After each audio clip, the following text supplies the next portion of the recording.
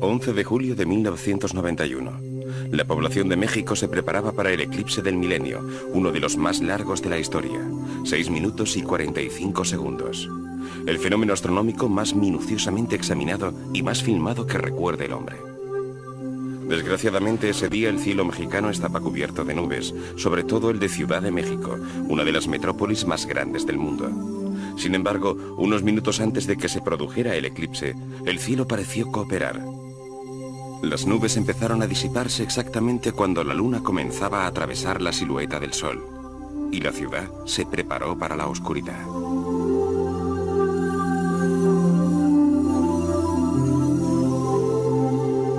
Poco después de la 1 de la tarde, 17 personas desconocidas entre ellas y en lugares distintos esperaban el acontecimiento con sus cámaras de vídeo en la mano. Muchos de ellos eran astrónomos aficionados o apasionados por la historia.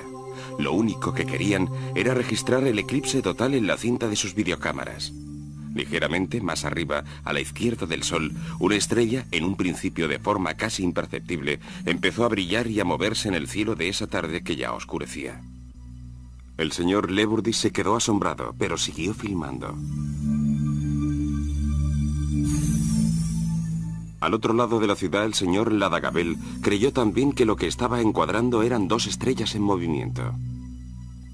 Cuando las nubes se disiparon, Laura Hernández percibió el brillo de un objeto y Miguel Ángel Torres, desde el centro de la ciudad, localizó en el cielo este objeto que parecía pulsar. El reloj de su cámara de vídeo marca las 13:22. La leyenda fallas de origen se refiere a un defecto de calidad original de las imágenes.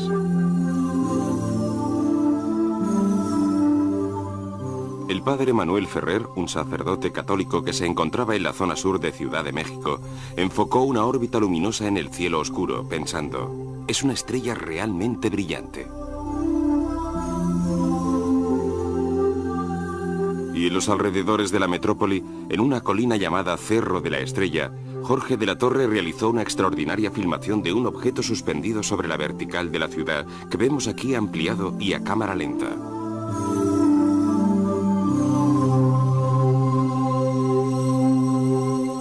Antonio Flores grabó este fragmento que hemos sometido a detención de imagen. Son las 13:24. El sol está en pleno eclipse.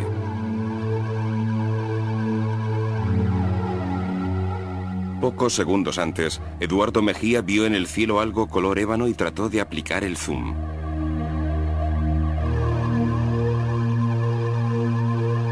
Son las 13:27. La luna ha atravesado el centro del sol y el objeto oscilante encuadrado por Mejía está todavía en el mismo lugar.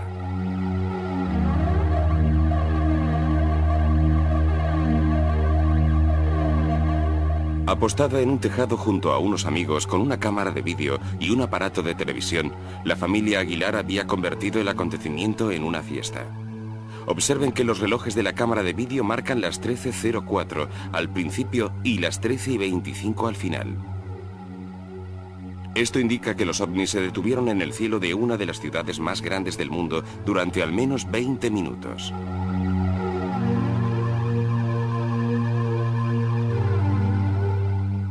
En la zona sudeste de la ciudad, cientos de personas se reunieron en las calles como la familia Fuentes.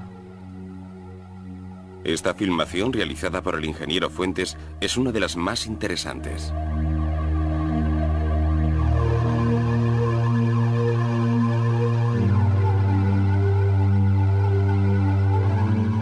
Es el primer hipersalto jamás grabado. Lo vemos de nuevo a cámara lenta. Y ahora en negativo. La cámara de Fuentes marca las 13:28. El objeto había oscilado sobre la ciudad durante 23 minutos. Jaime Maussan es uno de los periodistas de investigación más acreditados de Latinoamérica. Para su programa 60 Minutos, Maussan había organizado un grupo de producción con un equipo especializado en investigaciones sobre ovnis. Ante todo, fue necesario controlar uno por uno los numerosos testimonios de los avistamientos del 11 de julio.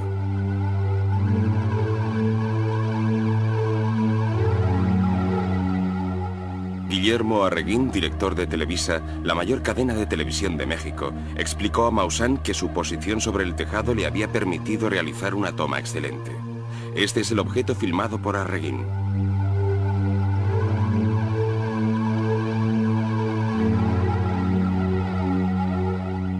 La ampliación de la imagen muestra claramente un disco metálico.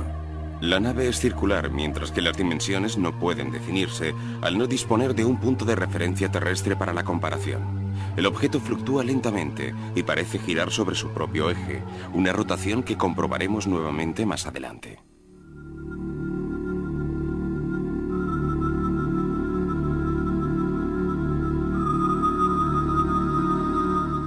Esta es la familia Bretón, en Puebla, un centro industrial 132 kilómetros al sudeste de Ciudad de México.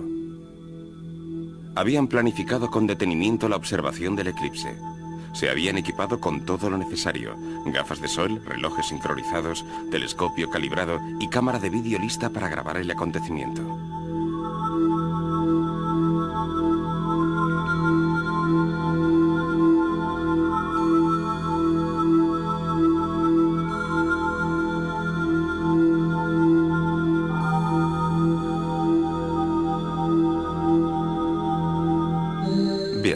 Observen al señor inclinado sobre el telescopio. Es el primero en darse cuenta de la extraordinaria presencia.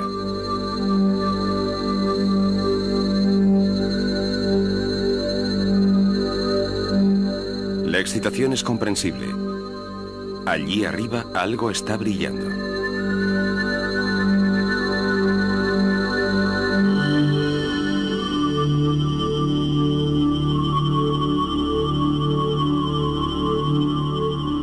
La familia Bretón grabó el objeto plateado a las 13:21.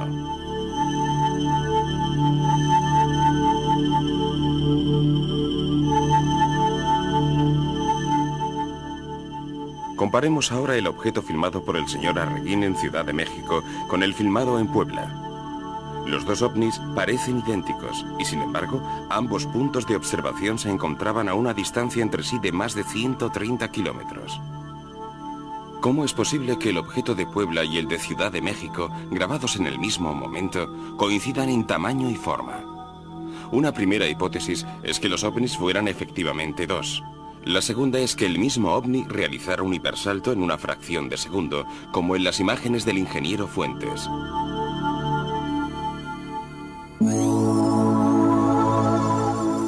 David Alamilla, un joven estudiante, creía que había grabado una gran estrella. Encuadrando el eclipse aparecía este objeto brillante, oscilante sobre el sol entre las nubes. Su cámara de vídeo indica las 13:29. Inteligentemente, Alamilla trató también de filmar la carretera para obtener un punto de referencia.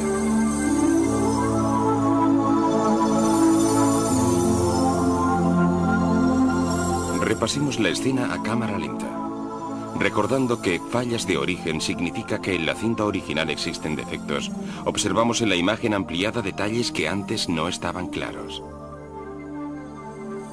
Esto no es una estrella, no es un globo sonda, tampoco es un avión reconocible. Es sin duda un objeto volador no identificado, un ovni.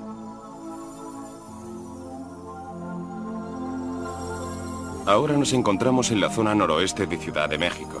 De repente, por arriba aparece este objeto filmado con zoom por Laura Hernández.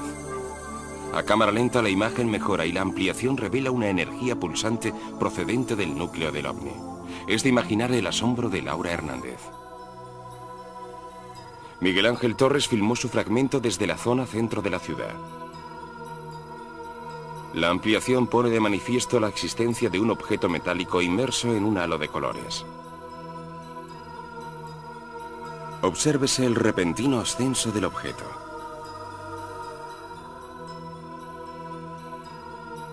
Y la detención de imagen muestra un efecto corona jamás visto antes. En los estudios de Televisa, 6 de los mejores vídeos registrados durante el histórico eclipse han sido analizados y comparados. Todos los ovnis tienen forma discoidal, estructura metálica y reflejan la luz del sol.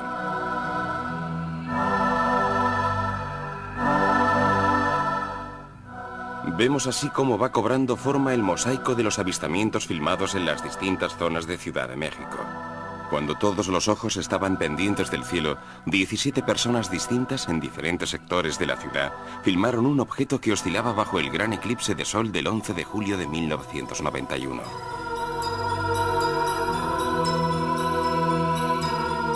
Ese día, quizá a propósito, quizá accidentalmente, unos intrusos sobrevolaban Ciudad de México. Las grabaciones de vídeo fueron numerosas, la mayor cantidad reunida nunca en una sola ocasión.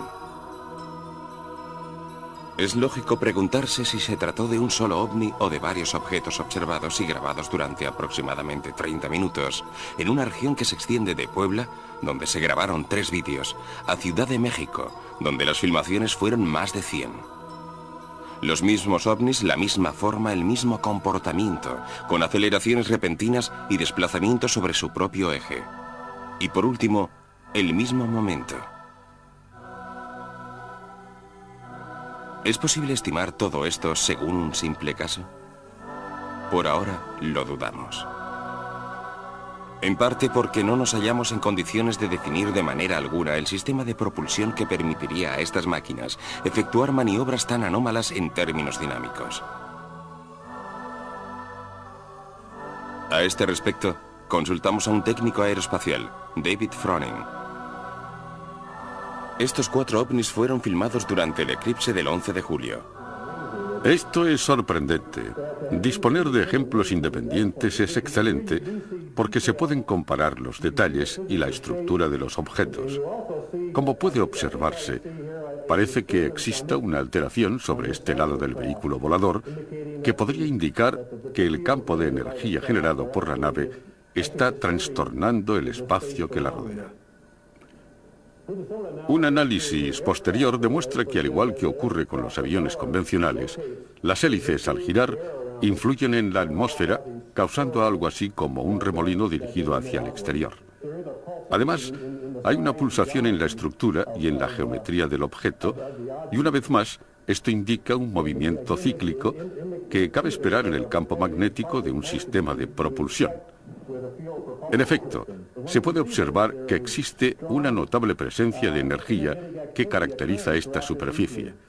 Aquí, el objeto es negro y a su alrededor no hay nada más. Esto es enormemente interesante. El fenómeno que aquí se ve debería ser indicativo de un eficaz sistema de propulsión. Por ejemplo, este movimiento se define técnicamente como un vórtice y se genera como consecuencia del movimiento del vehículo a través del campo de fuerza. Es decir, en el momento en que atraviesa la atmósfera de la Tierra.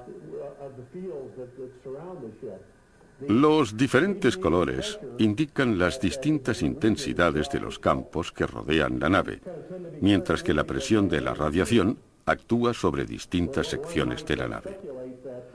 Estas son características típicas de los campos magnéticos. Cabe pensar que un ingenio electromagnético está causando en realidad la formación de impulsos de estos campos. Pues bien, yo me cuento entre los científicos que están tratando de desarrollar proyectos de naves espaciales avanzadas capaces de ofrecer este tipo de prestaciones. Pero he de admitir que, por ahora, nosotros no sabemos cómo crear sistemas eficaces de propulsión con campos magnéticos, aun estando convencidos de conocerlos bastante bien. Todo esto es muy interesante. Ya sabemos que alguien en el cosmos ha sido capaz de crear un sistema de propulsión con campos magnéticos para mover estos vehículos. Esperemos que en este planeta se consiga lo mismo. El 16 de septiembre, los mexicanos celebran su fiesta nacional de la independencia. Las celebraciones incluyen un desfile de tropas de infantería, de unidades mecanizadas y exhibiciones de la aviación. Vicente Sánchez, uno de los colaboradores de Jaime Maussan, filmó en un primer momento una escuadrilla de helicópteros. Luego, una de cazas en formación de combate. y luego vio un objeto justo por debajo de la formación de los 24 cazas. En ese momento empezó a seguirlo. Observen la ampliación del ovni. 5 de los aviones de combate rompieron la formación y emprendieron la persecución del vehículo volador desconocido. Pero el objeto aceleró, desapareciendo tras una capa de nubes en dirección nordeste, hacia la zona de los volcanes. Veamos de nuevo la escena. Tras las primeras noticias de televisión, cientos de comunicaciones de avistamientos de ovnis empezaron a llegar a la oficina de Jaime Maussan. Y aparte de estas comunicaciones, nuevas grabaciones. En este fragmento, un objeto no identificado parece hallarse en la misma ruta que un avión. El objeto debe realizar una brusca maniobra para no ser visto y para evitar una posible colisión en vuelo. Huachuca es una importante zona minera al norte de Ciudad de México. En diversas ocasiones los mineros han observado evoluciones de ovnis en este área. La emisora de televisión local filmó uno de los avistamientos que mostramos aquí.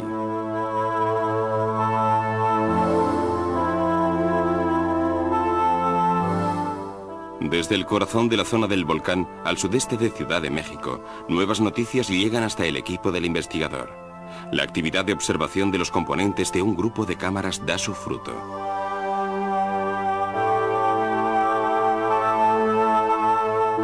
Y durante los meses de julio y agosto, la actividad ovni siguió siendo extremadamente intensa, en particular sobre una pequeña pirámide natural cuyo nombre significa «en el lugar del corazón de Dios», Teteoltec, donde se han tomado numerosas fotografías de objetos misteriosos. Pero la mayor actividad se registró en las cercanías de Popocatépetl, el volcán conocido como la Mujer Dormida.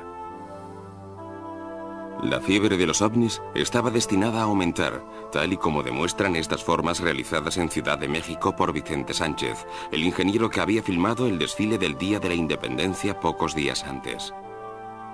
La trayectoria en vuelo del objeto a muy escasa altitud es extremadamente lineal. La ampliación nos ayuda a encuadrarlo aún mejor, hasta que desaparece tras un cartel publicitario.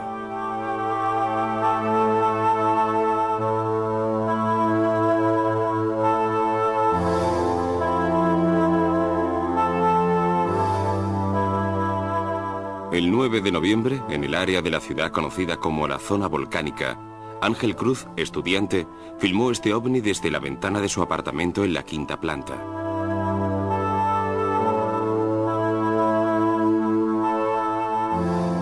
El vehículo desciende suavemente y gira en sentido antihorario hasta desaparecer detrás de un edificio. En la zona volcánica, el padre Ferrer, un sacerdote católico que había realizado una filmación del eclipse meses antes, ve una curiosa fuente de luz que parece estacionaria sobre la ciudad. El padre Ferrer usó el zoom hasta la máxima distancia con su cámara, y el tamaño y el brillo del objeto aumentaron. De improviso, la luz se desdobló en dos esferas separadas de energía luminosa de distinta intensidad e intermitencia.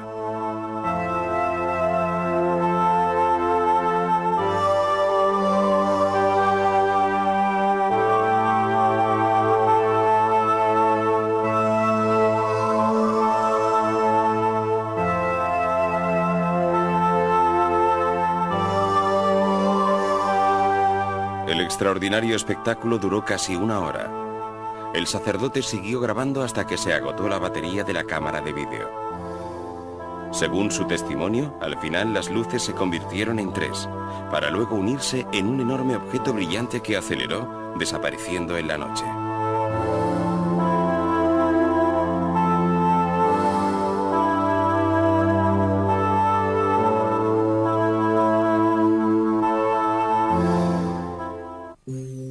Una semana después y a 7.000 millas del volcán Usco, una pareja de japoneses de vacaciones en la isla Kauska grabó estas imágenes que muestran un ovni discoidal sobre un volcán en erupción, el monte Unsen. La ampliación permite un estudio detallado de la astronave. Resulta realmente singular la clara coincidencia con el tipo de ovni avistado y filmado en México durante el eclipse de unos meses antes. Comparado con los dos ovnis de Puebla y Ciudad de México, el objeto de Monte Unsen presenta las mismas características. De noche, el objeto había sido filmado a intervalos por los dos cónyuges japoneses mientras se encontraban en situación estacionaria sobre Monte Unsen. En el cielo iluminado por la luna, sus desplazamientos eran mínimos. Pero el comportamiento del ovni no se corresponde con el de ningún vehículo aéreo que conozcamos.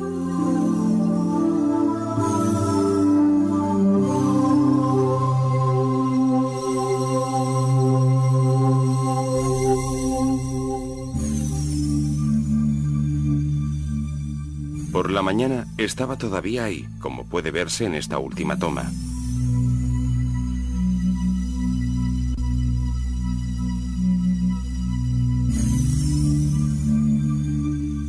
El 14 de diciembre de 1991, la oleada de avistamientos se reanudó en México.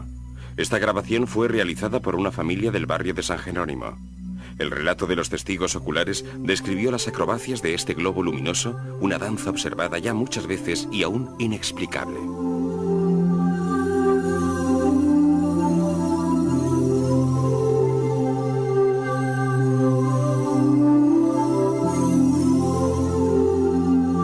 El 9 de enero, Vicente Sánchez filmó de nuevo un objeto en vuelo, lento y silencioso, sobre los edificios altos en la zona este de la ciudad. Y sobre la metrópoli, el pacífico asedio, si se nos permite llamarlo así, continuó.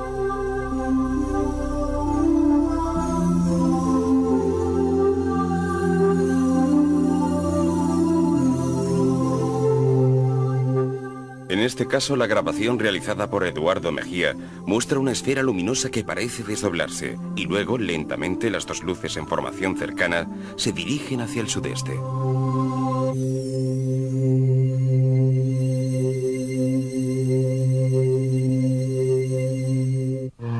Era el 12 de enero y el señor Mejía captaba con su objetivo este objeto intruso de movimientos repentinos y anómalos que ahora vemos en una ampliación. En febrero, las naves volvieron a Metepec y al Lisco. El cámara profesional Guillermo Gémez, de Supercanal 3, estaba presente para filmar este impresionante fragmento. El ovni filmado en Atlisco se caracterizaba por tres luces dispuestas en triángulo, un triángulo ya familiar. En efecto, el mismo objeto había sobrevolado el cielo de Bélgica 2 años antes.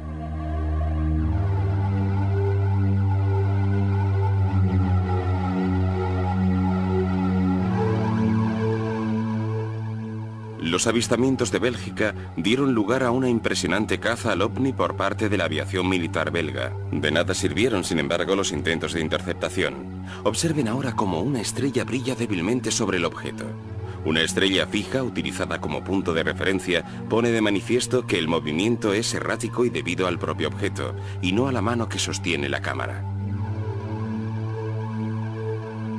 Además, la comparación de las dos imágenes detenidas denota las similitudes entre estos dos objetos y el ovni filmado en el 90 sobre Tbilisi, en la antigua Unión Soviética. También en este caso, la triangularidad compuesta por varios puntos luminosos parece denunciar la presencia de un objeto que cambia su estructura en vuelo.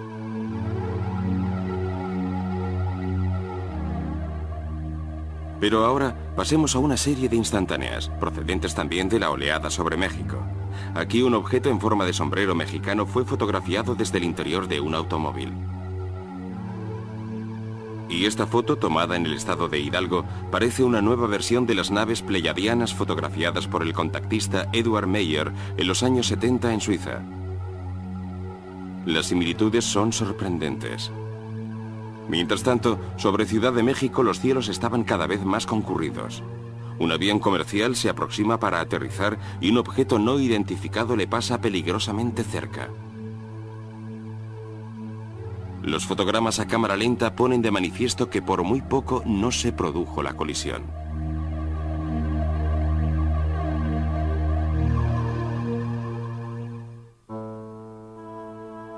El 4 de marzo a las 11:30, la torre de control central del Aeropuerto Internacional de la ciudad registra la presencia de un ovni en el cuadrante este. Inmediatamente después, desde el aeropuerto de Toluca, llega la confirmación radar de los avistamientos. Hay que subrayar que el avistamiento radar visual es el de mayor peso como prueba en la investigación sobre ovnis.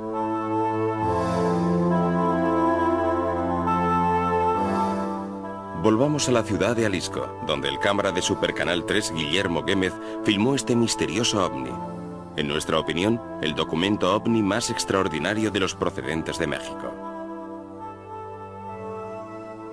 Observemos la luz a la izquierda de la pantalla, que se acerca a la otra esfera brillante a la derecha. Un acercamiento lento, hasta que las dos luces parecen fundirse.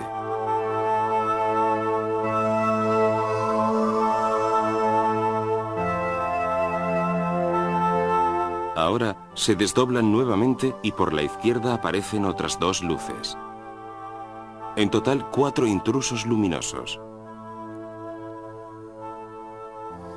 Un espectáculo demostrativo quizá de las facultades técnicas que poseen. Por invitación de los autores de este reportaje, el 8 de mayo la prestigiosa Nippon TV envió a México un equipo de operadores con Junichi Yaoi a la cabeza. Durante los últimos 7 meses, Jalisco fue un hervidero de actividad ovni. Y Jaime Maussan había preparado 3 importantes entrevistas, empezando por el alcalde Chávez, el primer representante oficial del gobierno que ha debatido públicamente sobre el tema de los ovnis. El alcalde Chávez dice que la actividad ovni sobre Jalisco se está convirtiendo en una cuestión internacional. Prueba de ello es que en una conferencia para un tratado bilateral entre Estados Unidos y México, los representantes estadounidenses afirmaron que conocían lo que estaba sucediendo en Jalisco. La comisión de encuesta Nippon estadounidense se trasladó así a las oficinas de policía para entrevistar al comandante regional de Puebla, Miguel Larios Cruz. El comandante Cruz conocía su llegada y sabía que le solicitarían una entrevista. Obtuvo la autorización de la dirección operativa para responder, refiriendo los hechos de los que tenía conocimiento, sin restricción alguna. Un alentador cambio. No hay ocultación ni obstruccionismo. Al comienzo de los avistamientos de ovnis, su oficina fue informada de que se habían visto objetos cerca de El Paso, entre los volcanes. Pensando que se trataba de un avión con una carga de droga, se organizó una investigación. Se utilizó una cámara de fotos para identificar las siglas de reconocimiento del avión con objeto de poder efectuar la detención. La búsqueda tuvo éxito.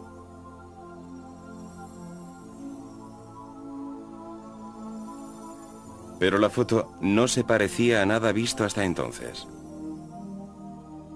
Un dentista de Jalisco, el doctor Rosos, ha sido testigo directo de numerosos avistamientos. El doctor Rosos grabó estas imágenes en las proximidades de la montaña pirámide Teteoltec, un lugar considerado mágico por los habitantes de la zona. Es una filmación nítida y de buena calidad.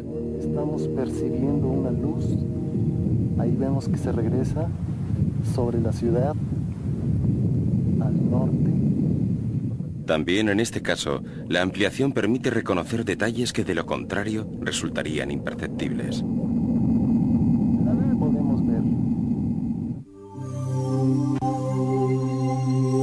El Códice de Dresde, uno de los documentos que se remonta a la tradición maya, refiere que el eclipse solar total del 11 de julio de 1991 anunciaría acontecimientos fundamentales para la vida del hombre, grandes cambios sobre la Tierra y la conquista de una conciencia cósmica a través del encuentro con los maestros de las estrellas.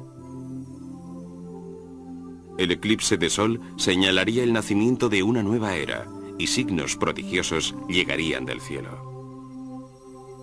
Los eclipses han jugado un papel extraordinario en la historia de Mesoamérica. Representaban en efecto claras señales del inicio o del final de una era. Al desaparecer el sol, engullido por la sombra de la luna, nacía una nueva época. Los mayas tenían un profundo conocimiento de los ciclos terrestres, determinados gracias a antiguos textos, como el Códice de Dresde, considerado un calendario de acontecimientos a partir del año 3114 a.C.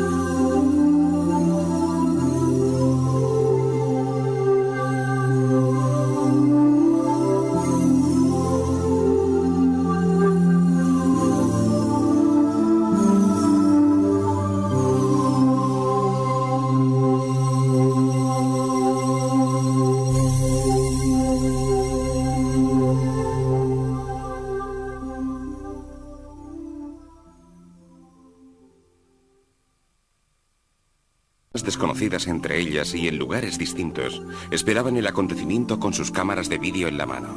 Muchos de ellos eran astrónomos aficionados o apasionados por la historia. Lo único que querían era registrar el eclipse total en la cinta de sus videocámaras. Ligeramente más arriba, a la izquierda del Sol, una estrella, en un principio de forma casi imperceptible, empezó a brillar y a moverse en el cielo de esa tarde que ya oscurecía. El señor Leburdi se quedó asombrado, pero siguió filmando. Al otro lado de la ciudad, el señor Ladagabel creyó también que lo que estaba encuadrando eran dos estrellas en movimiento.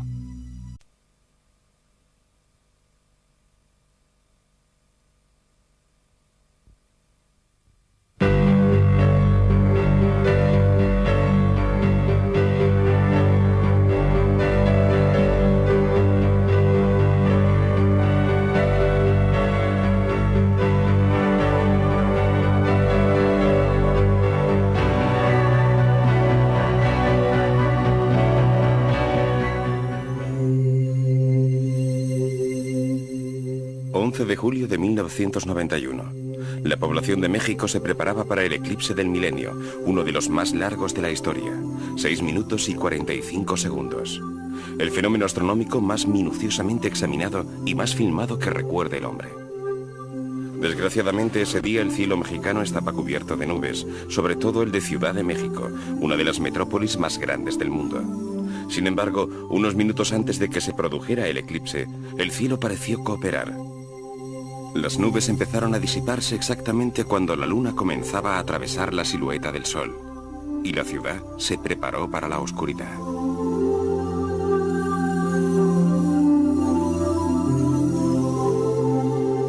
Poco después de la 1 de la tarde, 17 personas, y en los alrededores de la metrópoli, en una colina llamada Cerro de la Estrella, Jorge de la Torre realizó una extraordinaria filmación de un objeto suspendido sobre la vertical de la ciudad que vemos aquí ampliado y a cámara lenta.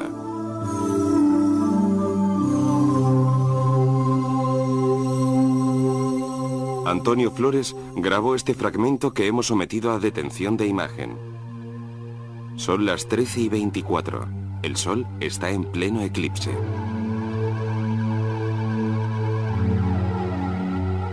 Pocos segundos antes, Eduardo Mejía vio en el cielo algo color ébano y trató de aplicar el zoom.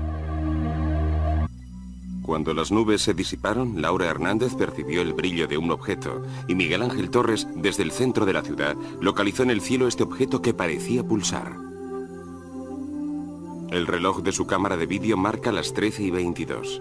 La leyenda fallas de origen se refiere a un defecto de calidad original de las imágenes. El padre Manuel Ferrer, un sacerdote católico que se encontraba en la zona sur de Ciudad de México, enfocó una órbita luminosa en el cielo oscuro, pensando, es una estrella realmente brillante.